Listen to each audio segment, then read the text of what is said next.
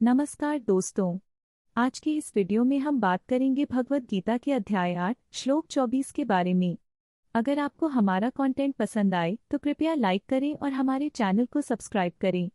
आज हम इस श्लोक की गहराई में जाएंगे और जानेंगे कि यह हमें जीवन में किस तरह का मार्गदर्शन देता है। चलिए अब हम इस अध्याय और श्लोक की शिक्षाओं पर ध्यान केंद्रित करते हैं। अग्नि सत्वात् प्राणिना यस्त्वा वायुरुदान्यति। जो अग्नि की तरह प्राणियों के प्राण को ऊर्ध्व की ओर ले जाता है। इस श्लोक में भगवान श्री कृष्ण बताते हैं कि मृत्यु के समय आत्मा का यथार्थ स्वरूप प्रकट होता है। जब व्यक्ति अपनी अंतिम सांसें लेता है तो उसके प्राण अग्नि की तरह ऊपर की ओर बढ़ते हैं। यह इस बात का प्रतीक है कि जो व्यक्ति अपने जीवन में सही कर्म करता है और अपने मन को परमात्मा में लगाता है, उसकी आत्मा स्वर्ग की ओर जाती है। यहाँ पर अग्नि का संकेत उस दिव्य प्रेम और ऊर्जा का है जो आत्मा को शुद्ध करती है। एक बार की बात है, एक छोटे से गांव में एक साधु बाबा रहते थे। उनका नाम था बाबा रामदास।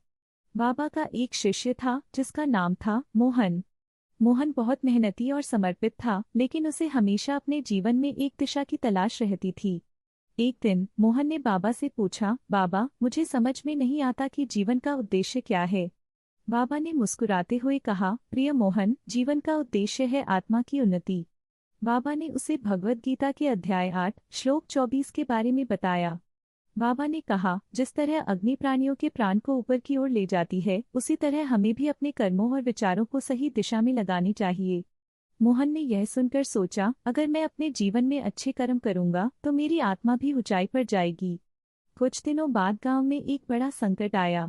गांव के लोग बीमार होने लगे और सब परेशान थे। मोहन ने सोचा, मुझे कुछ करना चाहिए। उसने गांव के लोगों को एकत्र किया और कहा, हमें एक साथ मिलकर इस संकट का सामना करना होगा। मोहन ने सभी को प्रेरित किया कि वे एक दूसरे की मदद करें और एकता में ही शक्ति है। बाबा ने कहा, जैसे अग्नि हमें गर्मी देती है, वैसे ही हमें एक दूसरे के प्रति प्रेम और सहयोग करना चाहिए। गांव के लोगों ने मिलकर अपनी समस्याओं का सामना किया और धीरे धीरे सब ठीक होने लगा। मोहन ने सीखा कि जब हम सही सोच और कर्म के साथ आगे बढ़ते हैं तो हम किसी भी चुनौती का सामना कर सकते हैं। बाबा ने मोहन को आशीर्वाद दिया और कहा, तुमने जीवन का उद्देश्य समझ लिया।